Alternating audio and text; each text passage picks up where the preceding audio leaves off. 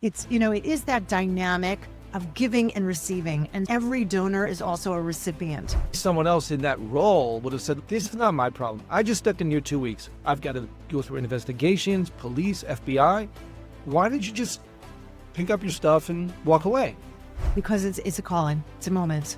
It's a moment where you realize that you have become, through nothing of your own doing, a custodian of the truth. What would you do if the charity you just joined collapsed in 2 weeks? Not slowly, not quietly, but in a wave of fraud, investigations, and broken trust.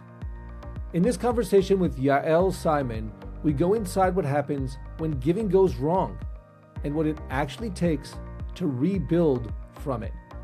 Let's begin. Yael, thank you for joining us today on You Are What You Give. It's great to have you here because you have experience all across the board, but I want to start with a crazy experience that I understand that you had. Stepping into a nonprofit organization within 2 weeks, crash and burn. The organization was falling apart, fraud investigations, the works. Yeah. What was going on at that time, and what did you quickly understand that other people weren't seeing?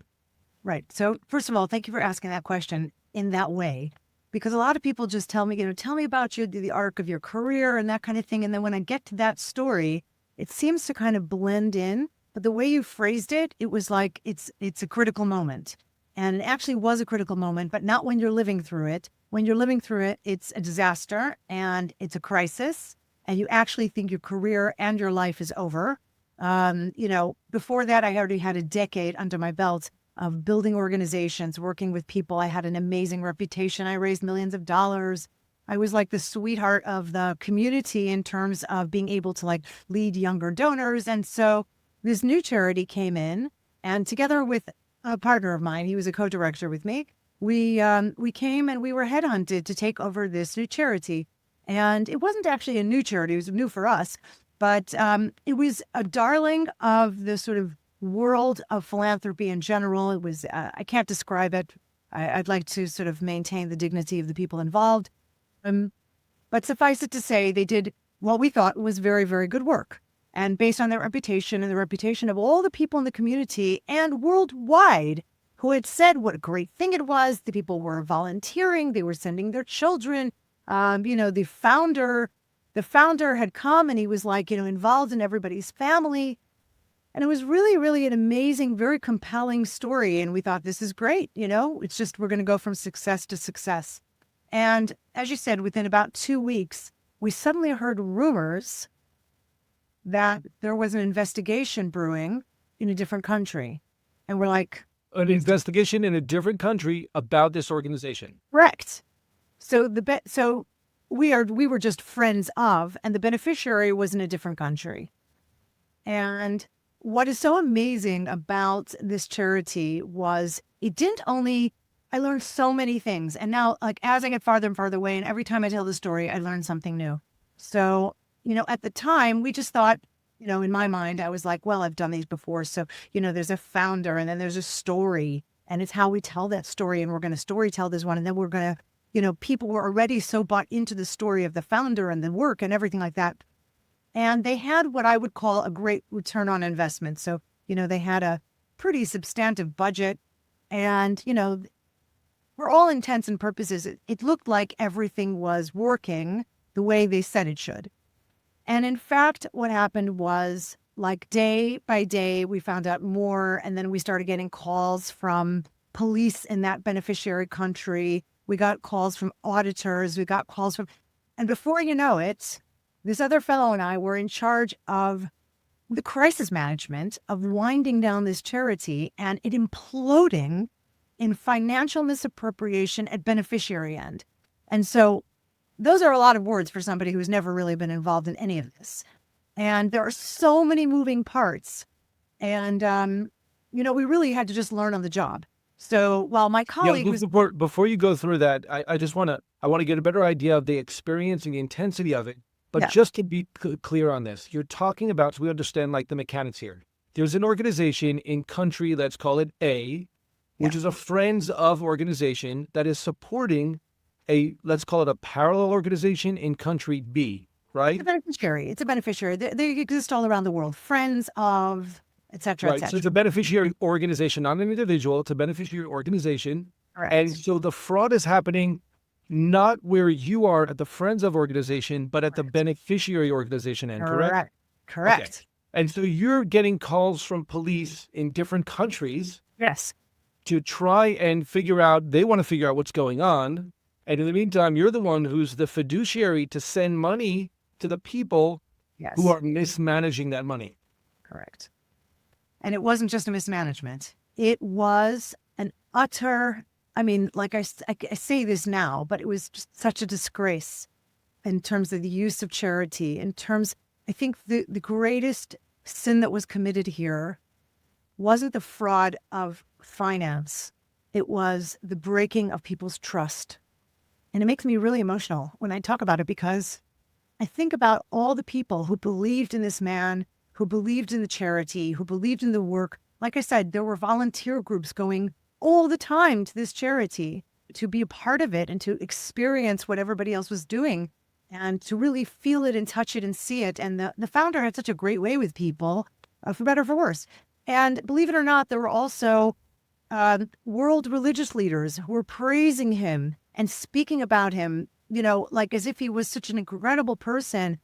And so it was very difficult at the time that we heard this kind of fraud. You think, there's no way. There's just no way. But I now look back and I remember there were two major donors who said, I'm not giving to this. I was so shocked. I was like, I mean, straight out, you approached them and they said point yeah, it blank, was like not a week chance. week one, I brought people in from my Rolodex over. I still say Rolodex. You know, from my Black Book, I brought them over to the charity. I called them up and I'm like, hey, you know, I'm working for this new organization. And this is going back 15 years already. And they were like, yeah, I'm sorry, Al, you're great, but I'm not giving to this. I'm like, they didn't say why. But Right. I just thought there's something going on. That, So that was a yellow flag or a red flag. It was a yellow flag. It was definitely a yellow flag. You know, they could be wrong. Maybe they just don't like it. Maybe they don't like the founder. And, you know, I learned so much, you know, on the side of like, what did I learn? You know, and every charity has a founder, and sometimes they're guilty of founder syndrome. And that's a problem because, you know, sometimes they just don't go. And then they cannibalize the whole organization and all its work and the identity of it. So that's not helpful. And really, you want it to kind of be owned by two groups of people. You want it to be owned by the people who give to it, who care about it, and who sustain it.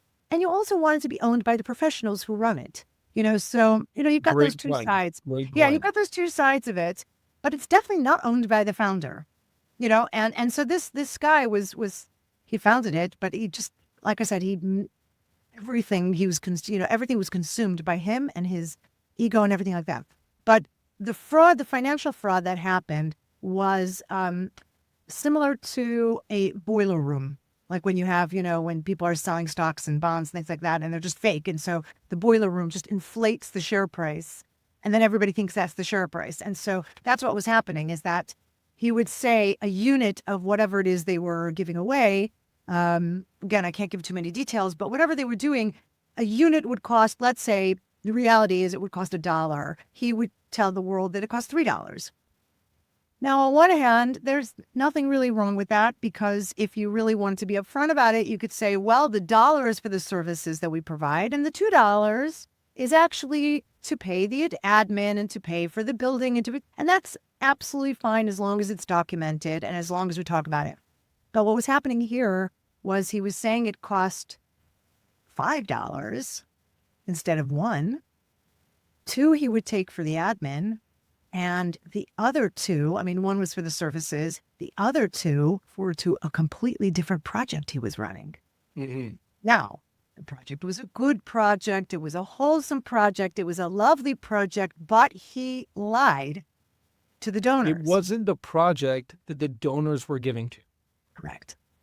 And that, again, the central cardinal sin here was the breaking of people's trust. And it's a betrayal. It's a betrayal. You call it the cardinal sin. Yeah, it's really a betrayal. And, you know, if in our lives, we experience that on a personal level, and maybe were guilty of it as well, to one degree or another. But not at this epic level. This was, tens of millions of dollars, that he had kind of inflated, and then he was giving it to a different project. Very worthy, but not the one that he told people he was raising money for. And so day by day, reports were coming in, FBI, like from every country. I can't even explain it. All Europe, America, Canada, the Middle East, everything was coming in. And it was overwhelming. It felt like a tsunami that I had never dealt with. My colleague had never dealt with it. Between us, we were kind of panicking, and what do we do now? What do we do now? No, there was no playbook for this. The community was erupting in whispers. And so, I have no idea what to do with the community. I know how to do with an organization. And so the answer is that very quickly, I kind of learned on the go and off the street. I learned on the street how to deal with this. I went to the experts. I went to lawyers. I had them explain to me what is happening. I went to accountants and auditors, explain to me what is happening. How do I deal with it? I went to a fellow who does crisis management and PR. He explained to me, and he contained it in terms of the press and not in terms of protecting the charity. It was all about the donors. Then I had to also indemnify the trustees. We had to indemnify donors who were giving money. And so all of this dynamic was going on, plus a lot of work in terms of, speaking to I live in London, so we have the UK Charity Commission. You have to report it. And then we had to deregister the charity, and we had to return the money to people. We had issues in other countries, in the beneficiary country, where someone had bought property for this charity, for this fellow. He used the property for something else, kept the portfolio of the property in his name. And so we had to take that out of the court system, and we had to, kind of create some kind of restitution back to the donor. It was a mess. Right. But you don't feel it's a mess while it's happening. So you're very busy. I'm very good in a crisis. Like I've learned this many years ago. Like I'm already working for many years. I'm a parent for many years. So, I'm very, very good in a crisis. It's only Parenting is great for crisis management. absolutely That's true. But Yael, I have a question. I have a question because maybe someone else in that role would have said, listen, this is not me. This is not my problem. I just stepped in here 2 weeks. I'm walking. I'm not going to sit down with all of the lawyers and all of the accountants and make sense of the whole thing. I've got to go through investigations, police, FBI. Why didn't you just pick up your stuff and walk away? Because it's a calling. It's a moment. It's a moment where you realize that you have become, and, through nothing of your own doing, a custodian of the truth. And now you have to be somebody who is going to sort of harness all of that energy that the donors had. Like I said, there's two things going on. You have to fix what's broken. And at the same time, you've got to nurse this community, global community, back to good health. And those are two completely different skill sets. Those are two completely different tasks altogether. There's the technical stuff, the police, the banks, the charity commission, the auditors, everything that was going on, the press. And then you've got all these people who are just like, who said, we have pictures of him in our house with our family on holiday. And you're like, he embedded himself so much into their psyche that charity and generosity was now synonymous with his name. And that was a very, very big problem. And so if I step back and I zoom out now, especially, but I did it right afterwards, actually, which was very useful. What were the real problems here? Besides the actual problems, what else was a problem? I named two. So how do you address this? It wasn't just like, how do you nurse the community back to good trust and health? How do you rebuild trust, especially when it comes to philanthropy? So in my case, it actually ended up being a completely different answer, which is interesting, and I'll get to that. But I just wanted to finish talking actually about the crisis while it happened, because things fell apart. Like it's as if you're standing on a piece of land and then everything around you, the earth opens up on everything but the piece of land that you're standing on. So like there's nowhere to go. There's nowhere to go. You have to stay there because you'll be consumed. You will fall into it. And I say that not just like, got to be careful where you step, but, one wrong move. And, there's so many, like I said, so many moving parts. There's the fiduciary part and the negligence part, and then there's the criminal part, and then there's the press and so many things. And so keeping your mind still and just being very focused on what are the tasks to be done? How do I learn how to do them? Take it step by step. You cannot do everything at once. Answer the phone calls, answer the emails. If you cannot fix all the problems right now, certainly, like I said, I've got, 2 channels going at the same time. So this has to wait until I take care of this. This is the You priority. basically had to create a system instead of being controlled by the emotional roller coaster that was consuming you and everyone around the organization anyway, in the entire community. You had to create for yourself a system that would allow you to pull yourself out of it and move to the next level. Yeah, definitely. And it was one of those moments where you're like, if you weren't you would like slap yourself and just be like, pull yourself out of it. It's like, Right. just focus. Shell and shock. Shell shock. And I can think of so many real life episodes now where this is happening around the world. People are just shocked into just crisis management mode. And of course, your nervous system is like, it's geared up, and, it's a paralysis of sorts, but it's a functional paralysis. And so at work, this is just about what do we need to do to, get this out of the fire dumpster? What do we need to do? Yeah, I want to jump in for a second because I want to get to the trust factor, but Yeah. also there's another issue here because you just said, I think accurately, there's the problem of this individual. So much was invested in this person. So much of the storytelling was circling around this person. And yet, is there something going on in the organization that is, or the systems of the organization, not your systems for coping with the challenges, but the systems of the organization that we're breaking down? And I think it's a really important question because people want to give, they're giving their hard-earned money to someone else, like you said, a fiduciary, someone who's responsible for taking care of that and seeing to it that it gets to the right place. And people are concerned, sometimes hyper concerned, sometimes justifiably concerned because of situations like this, that it's going to go wrong. Yeah. What's going on in the organization? What are the red flags or even the yellow flags that are happening around you that you're saying, 1 second, and I understand you didn't have a chance to assess this, but what in advance, but once it started breaking down, I mean, there's an organization that allowed this to happen. Correct. What's going on there? Wow. That is such a well-informed question. I'm really glad you asked it that way. Thank you. You brought a sophistication and nuance to the question, which has not been asked before. So thank you. So it's a really good thing because, of course, in hindsight, there's like a million flags. And so why didn't you see them? But it's a bit like, when you buy in your first house, you're just so excited about the idea about buying the first house. You don't see the cracks in the ceiling and this and that. You don't see what you're looking for. And then, of course, once everything does go wrong with the first house, the second house, you're like, immediately you're looking at the ceiling, You're right away looking for things that are, what to look for. And so, this episode happened post-global financial crisis. Okay. So the timing is really important here. I started working with charities in 2002. Leading up to 2007, it was like the heyday. It was the heyday. People were made of money. We had lavish fundraising dinners. They do now too, but like then it was just, money was flowing from the older generation, the younger generation. Everybody was just giving and giving and giving. And then boom, 07, 08, 09, it was like just the world died. The dollar died. Yeah, when I first started working in the nonprofit sector, it actually was then end of 2008, beginning of 2009. My welcome message from everyone was, please, we can't wait to meet you. Don't ask for money. Right? That was the refrain.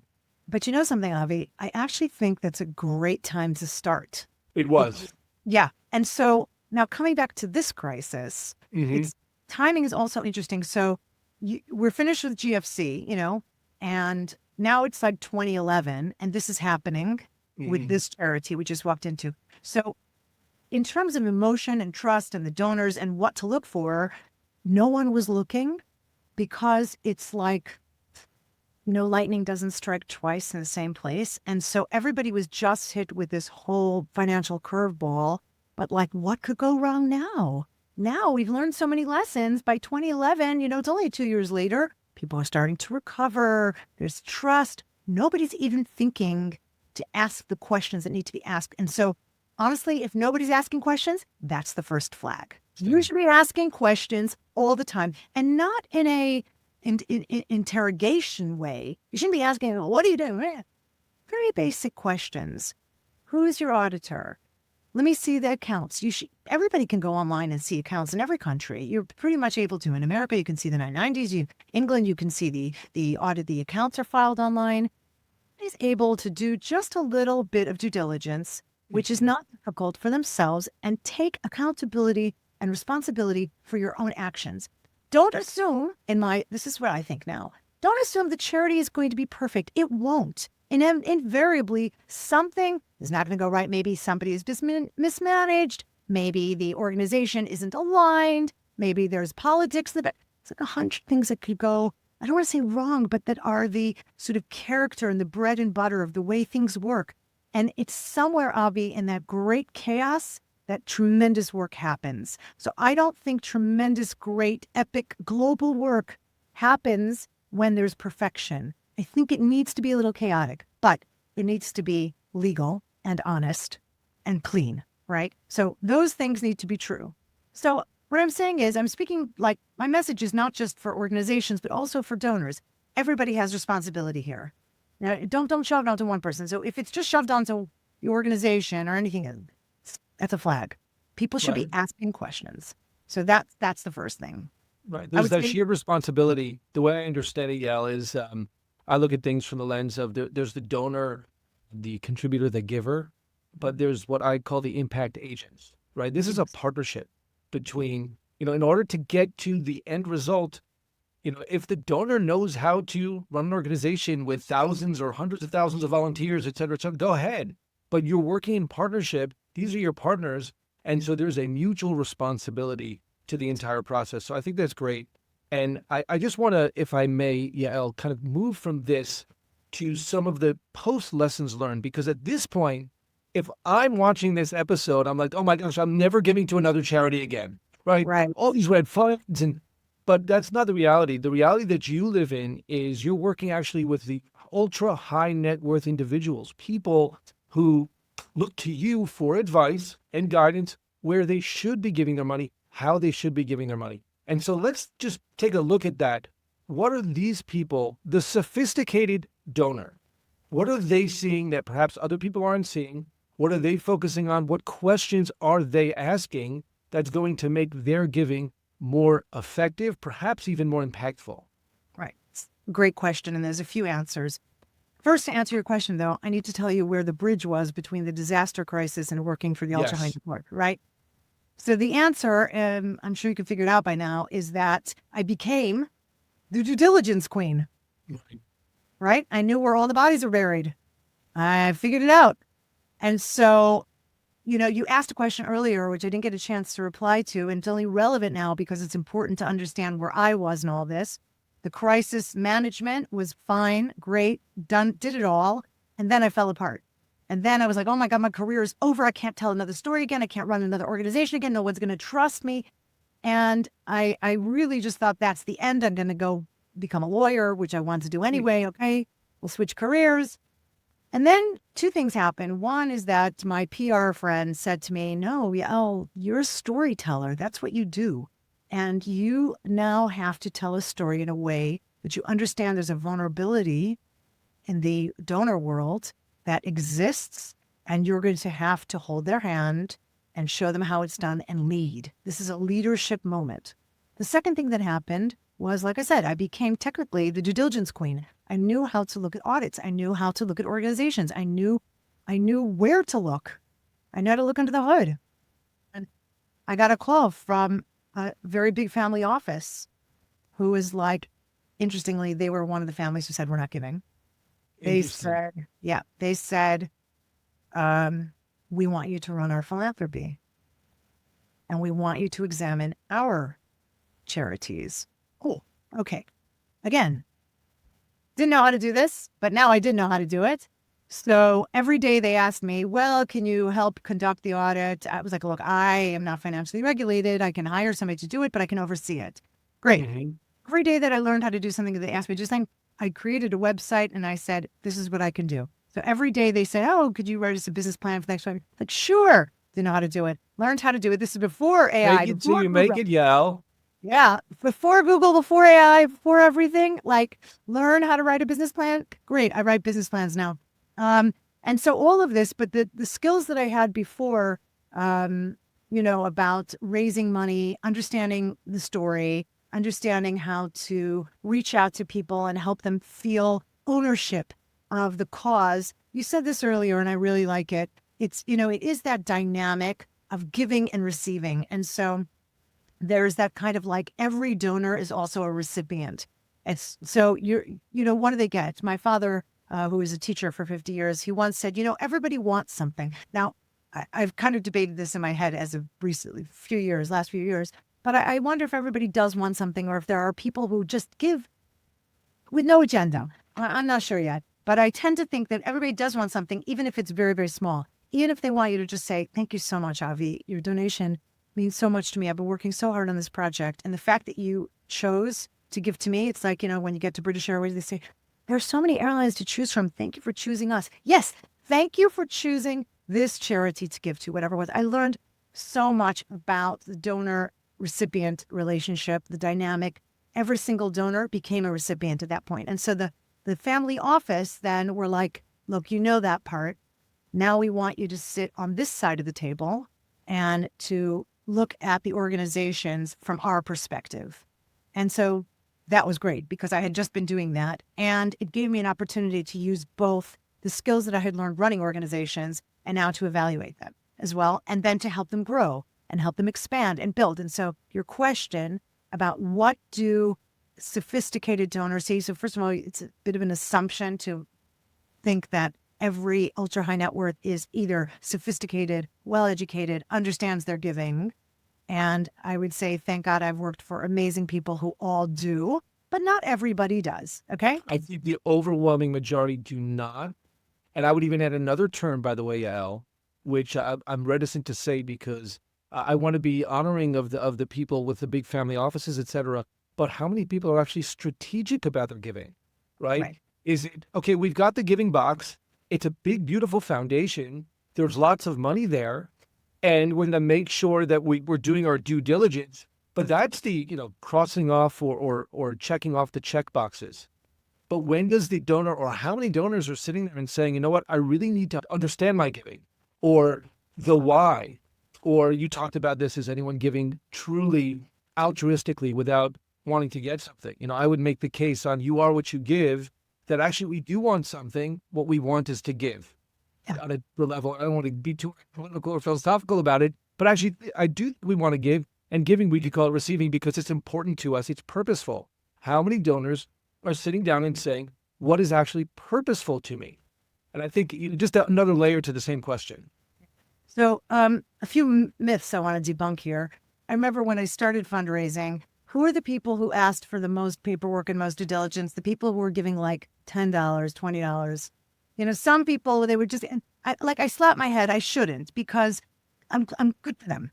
Good for them for asking. Absolutely. They're giving what they can. And it was wrong of me to slap my head, but I'm just saying it's like, it was so labor intensive and not cost effective for me to have, do all that for $10. But at the same time, you don't know what is behind that $10. It could be that the man's a millionaire or the woman is a millionaire and they're going to leave you in their legacy because you did the work for the $10. So make no assumptions. Make no assumptions.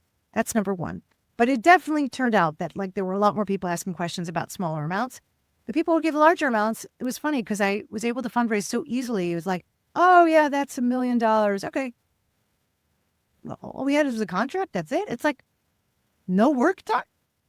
That was bizarre. And it happened a lot. Gets back to the buckets, right? People, once they've already allocated a certain amount, it's waiting to be deployed.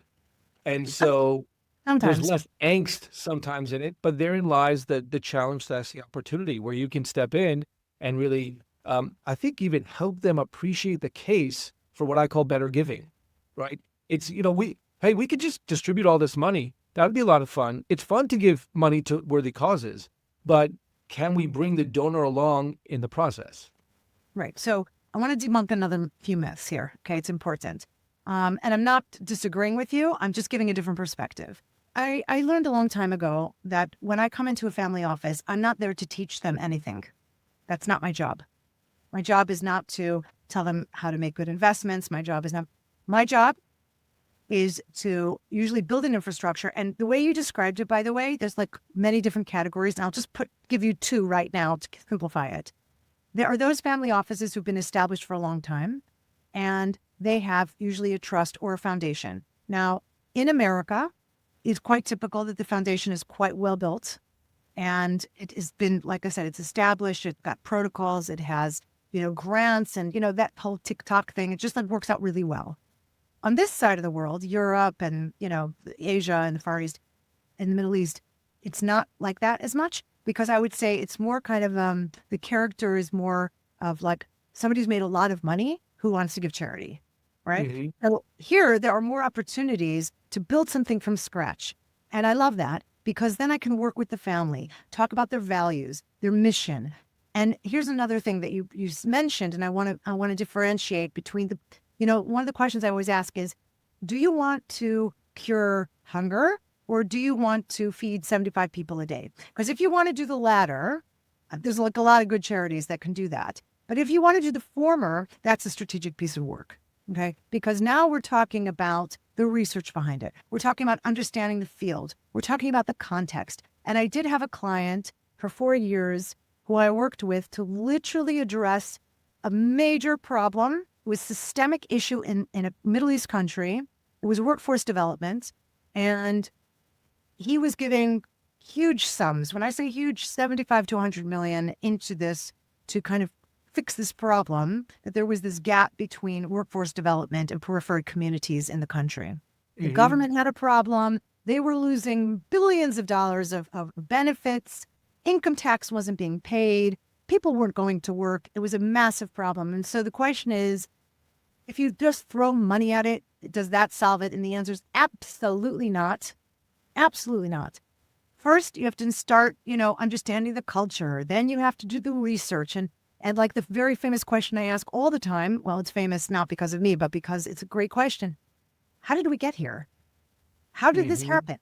And so we need to go back 50 years, 70 years, 80 years to understand how the economy got to this place, how the culture came to this place, how the country developed, like what happened that we got to this point that there's such a problem. Because it didn't happen yesterday and it didn't just happen now. Once we understand that, then we think, okay, how are we going to solve it? And I'm not going to go into how we solved that one. But when I say solved, again, it wasn't just this man's problem. And I think, to be really fair, the only thing he actually wanted me to do was just find other people to give money to. And that's what I mean. His solution was, well, Yael's a great fundraiser, so she's just going to find lots of people to give to what I care about. But the main problem was that nobody cared about it like he did. And so to answer your question, he saw and believed in something that was so fundamental and so, it's kind of like the hard-earned truth about life. His father was a Holocaust survivor, came to this country with like $15 in his pocket, built up from nothing. He built an empire, then his father built an empire, then he built 10 times that empire. And he worked for it. No one handed it to him. And so for him to look at a periphery community in a country and say, hey, everybody's got to work, right?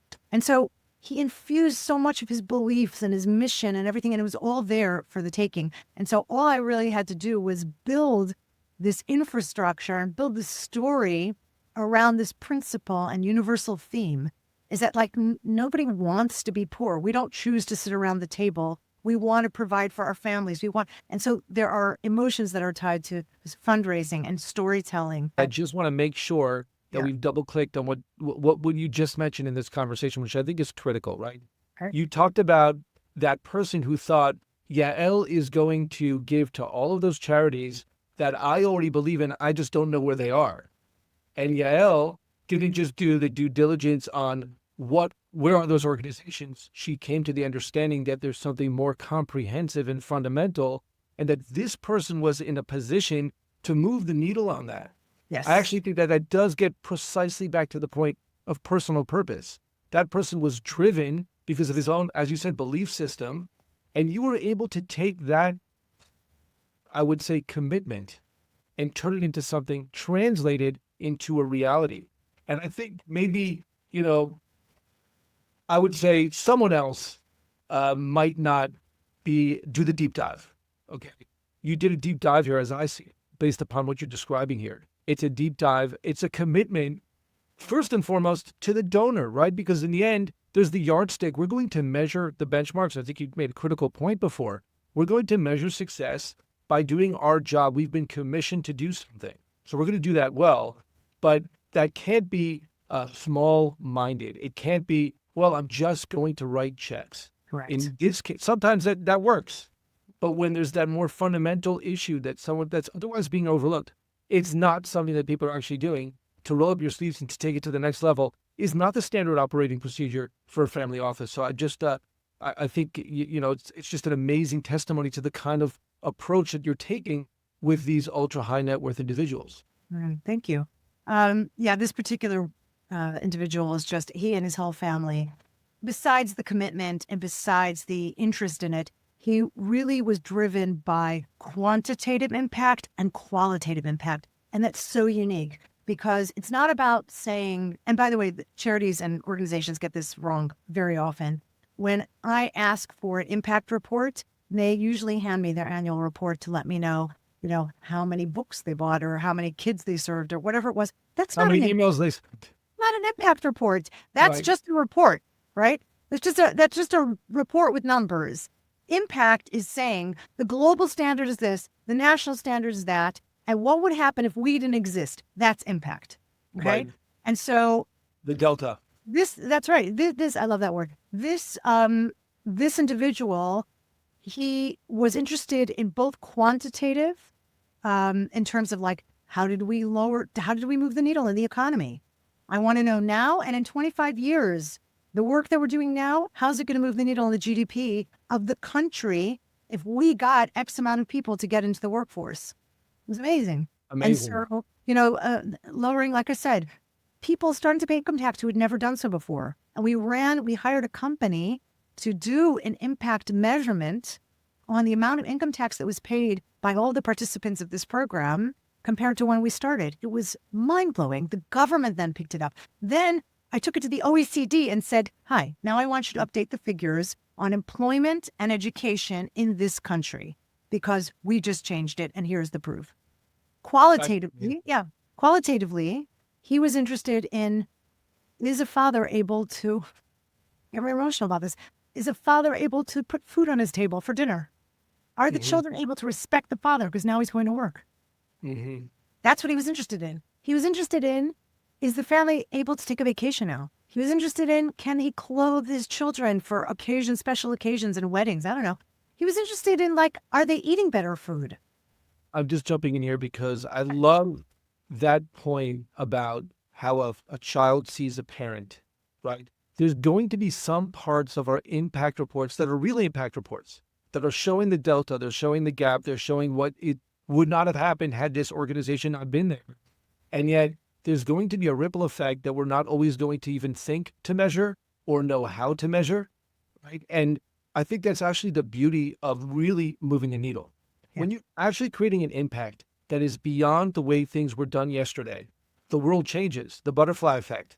You really don't know how far it's going to go. So this person who had the visceral experiences of his father was the Holocaust survivor, understood what it means, the way that he looked at his father, understands how are other people looking at their fathers. Yeah. I will go back and tell them that we talked about it. Anyway, every individual that I work for, every family office, I would say for the most part, they do have their own causes and they want me to examine them. They want me to expand them. They want me to grow them, either in terms of the structural foundation. It's like, okay, well, we want to cure cancer or we want to cure a specific cancer. All right, how do we raise $30 million and how do we do that? So every family office brings, or ultra high net worth brings a new idea and a new cause. And like, I love learning. So, each one I jump into it. I learn everything I can about it. I don't necessarily become the expert in it, but I surround You myself with, become proficient. yeah, You become become proficient. proficient. But Yeah. Yael, you're reminding me of someone an ultra net worth individual who I just had a conversation with about 2 weeks ago.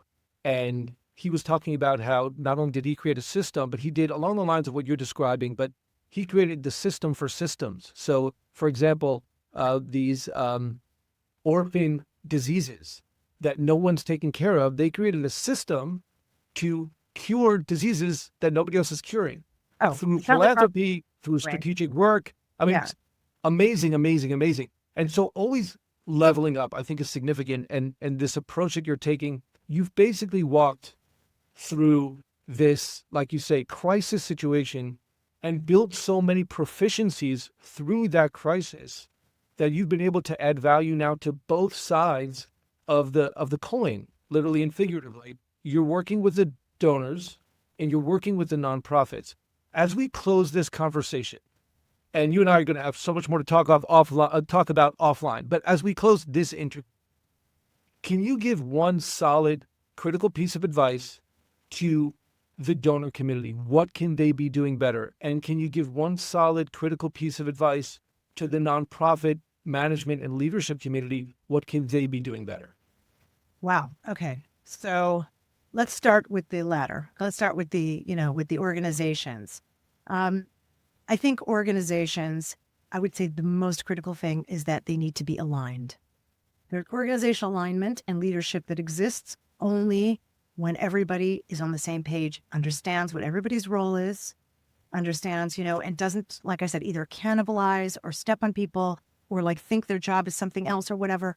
When everybody understands what their role is and understands their part in the organization, Mhm. it can function beautifully and that it's harmonious. And so that's what people see, right? That's what people see. They don't just look at numbers. They look at how does the organization operate? What is the feeling when you walk into it, both the beneficiary end and, like you say, if there's an office that's more remote, British friends of, American friends of, both these places need to work well, efficiently. But I would use one word, organizational alignment. That's two words, alignment, to say everybody needs to understand the purpose, the mission. It needs to all tie together. They need to be reminded.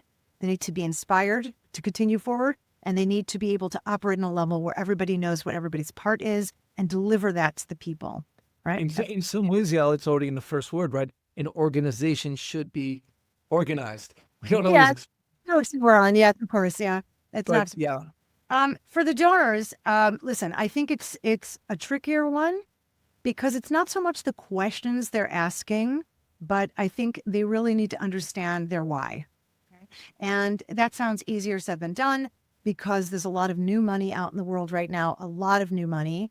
And so the trend that I have seen and am continuing to see, well, it's changing a bit. The trend, like even 5, 8 years ago, was like, well, we've come into a lot of money. Let's deploy it. But they would deploy it in a way that like had no strategy, had no rhyme or reason. Just anybody who would like come and give them an award, or they got invited to a fancy dinner, or there was a great speaker, and that was like rubbing shoulders with people. And it's like, okay, there's lots of different ways to give. Whatever your motivation is, that's fine. That's your business. But if you want to be more thoughtful about this and you want it to last, my question is, what is your why? Don't break the dream. I have a very good friend who's a film director. He said to me, when you're telling a story or you're speaking to people, don't break the dream. Remember why you're giving and stick to those things, your values, your missions, because that's got to carry through. Then your charity will automatically make sense. If you're giving to disabilities and you suddenly want to give to Car Mechanics Anonymous, that's fine. You could do whatever you want with your money. But I would say then like create a discretionary fund, do whatever, have 10% you do whatever you want with. But give thoughtfully, think about it strategically. Ask that question. Do you want to solve world hunger or do you want to feed 75 people? Because there are two different answers. Right. One is a long pathway and one is a check. And you're going to be arguably this, we can measure this, but you're arguably going to be more impactful if you're more connected to your why.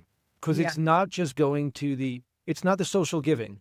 It's giving because this is part of who you are. It's your purpose. And you're going to care about how that money is spent, how it's used. Is it going to generate the impact that it should? And if it's not, then, what else could be done to do better? Or like like you demonstrated, like you described before, sometimes really just dig in and do the hard work that other people just haven't done yet. And that's I think, amazing and even inspiring. So, Yael, I really want to thank you. I was going to add Please, one thing for our last sentence. I don't believe that anybody has to wait for the why to get started. I don't think you have to sit around in navel gaze and think like, what is my why? No, start giving. You will find your why, but don't just ignore it. Don't put it on the side.